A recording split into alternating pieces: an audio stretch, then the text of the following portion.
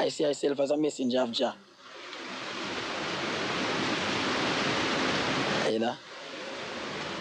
Yes, I see myself as a messenger of Jah.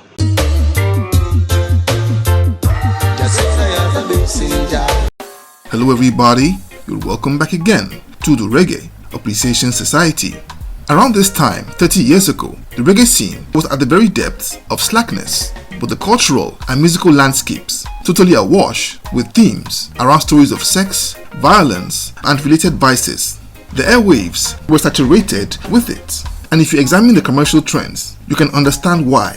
The early 1990s saw Jamaican dancehall artists simply soar into the international mainstream with massive success and platinum-selling records, and it remained fashionable until listeners became exhausted and began to miss the good old days when reggae music had conscious messaging at its core. That, dear viewers, is when a singer called Luciano hit the airwaves with the very album of the decade called Messenger. When this masterpiece hit, everyone stopped in their tracks at what we all knew would be a classic hit for all time. A flawless embodiment of the greatest studio session instrumentalists, producers, perfect cultural timing, and the passionate vocal stylings of the great Luciano. He was a throwback to all the greats of reggae's finest hour, with a rich, authoritative baritone that had an emotive quality about it that spoke to your heart and made you believe every word he said. That compilation became like a flagship for a cultural movement and showed that you didn't have to sing about winding your hips or pum-pum to be commercially successful, as it sold millions of records.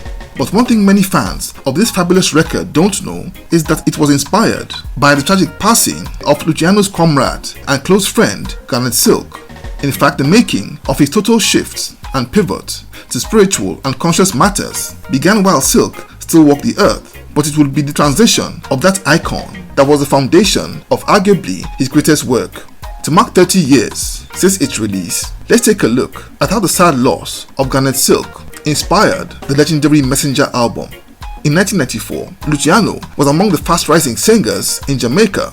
His Freddie McGregor produced album, Shake It Up Tonight, had been a major international hit, and the single of the same name had even gotten to number 1 in the UK singles charts. He was then signed to Exterminator Records, founded by the iconic Philip Fatis Burrell, and had released 4 albums, which though more focused on conscious themes than most releases around that time, but still had elements of slackness. It was that year that he became very friendly with Garnet, who by then was the arrowhead of what we now know as the roots reggae revival of the 90s. Silk was then in the 5th year since his spiritual conversion that led him to bring a message of love and spiritual upliftment into a climate of total slackness. He was a major influence on his peers and eventually swayed many of them into his path of Rastafari and took them far away from the rude boy culture. Some of these guys were Buju Banton, Anthony B, and of course, Luciano. Luciano already had a spiritual foundation, being the son of a preacher man, but hanging out with Silk, who quoted scripture and talked about God all day, would have massive impact, and all of Silk's preaching would feed into what is considered his first truly conscious body of music, that was the fabulous Where There Is Life, that he began to record in late 1994. It has some of my favorite Luciano tunes, like It's Me Again Jah, He Is My Friend, and There Is No Love in the World. That project was due for completion for early 1995, and he entered into the holiday season all fired up when tragedy would strike a terrible blow. After signing a deal with MCA Records, Garnet was running off what had been an amazing year and went home to his hometown in Mandeville in the first week of December. He was supposed to perform on Friday, the 9th of December, as a star attraction in a show with Luciano as his opening act, when a freak accident claimed Garnet and his mother while Luciano was still performing on stage. That tragedy rocked Jamaica and music industry to its core, but hit Luciano particularly hard, as Garnet, though 2 years younger than he was, had become like his spiritual mentor. Luciano wept for days non-stop and was unable to perform at several shows in December.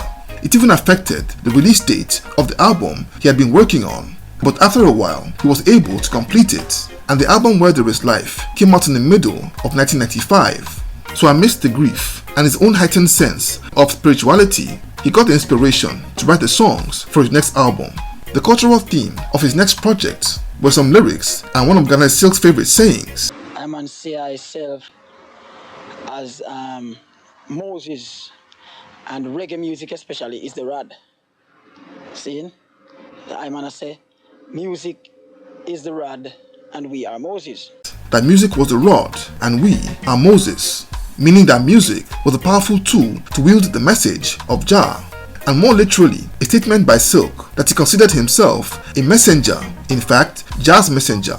So powered by this intense theme, he wrote 10 phenomenal songs and went into Jamaica's top studio mixing lab with his producers Philip Pattis Burrell, saxophone master Dean Fraser, and none other than Sly Dunbar, along with the amazing Firehouse crew, an elite trio of studio session instrumentalists who first made a name for themselves as proteges under the tutelage of the great King Tubby. The Firehouse crew would create a hybrid system of digital and analog sound that gave Luciano's music a modern edge with a classic foundation, not to mention veteran studio engineer Soji Hamilton, who first became popular at Channel 1 Studios in the 70s, working on projects like the Mighty Diamonds debut album. So combine all of these factors with Luciano's crisp and magnificent vocal range, plus his powerful lyrics, and what you get is the masterpiece that is Messenger. The title track is a spectacular work of art, with Luciano declaring his divine mission as the messenger, whose job is teaching the youth about roots and culture and telling the masses to remember Jah in all they do. This one packed a heavy message, but over a rhythm that you couldn't stop dancing to even if you tried.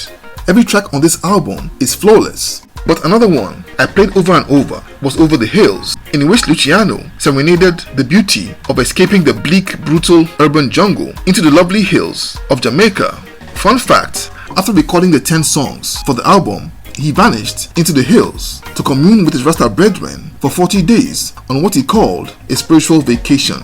And another banger on this album is Carry Jah Load, a classic roots rock meditation that is perfect for when you're just chilling, thinking about life, or rocking out seriously on the dance floor. He poured his heart and soul into this album, and when it came out in early 1996, its impact was unprecedented in that decade. Around the world, critics hailed it as the best album released since reggae's golden era ended in the 1980s. As for the fans, it was a mind-blowing breath of fresh air that ruled the airwaves, dance floors, and DJ playlists around the globe for a long time. It marked the first time in ages that a roots artist with a conscious album was such a strong presence on the culture as well as commercially. It breached the top 10 of the US Billboard album charts, plus the charts of several countries. Its heavy demand around the world saw Luciano embark on a massive world tour across 5 continents, with the then upcoming singer called Sizzla Kalonji as his opening act. This album would be eventually rated among the greatest reggae albums of all time, and rightfully got ranked as number 26 from a list of 50 of the top reggae albums of all time by popular British music magazine Mojo in 2012. Its influence was so powerful that it not only became his best known album, but earned him his permanent nickname of Jah Messenger. And a whole 30 years after, it's aged very well and is, in my opinion, in the top 5 digital reggae creations of all time, right up there with the likes of Anthem by Black Uhuru and Till Shiloh by Buju Banton. It marked Luciano's finest hour and the very peak of his artistry, a musical phenomenon birthed out of a spiritual awakening, massive cultural shifts, and the untimely passing of his close friend and Rastafarian ally. So there you have it. Thank you for watching this video today. Please leave a like, subscribe, and until next time, Jah bless.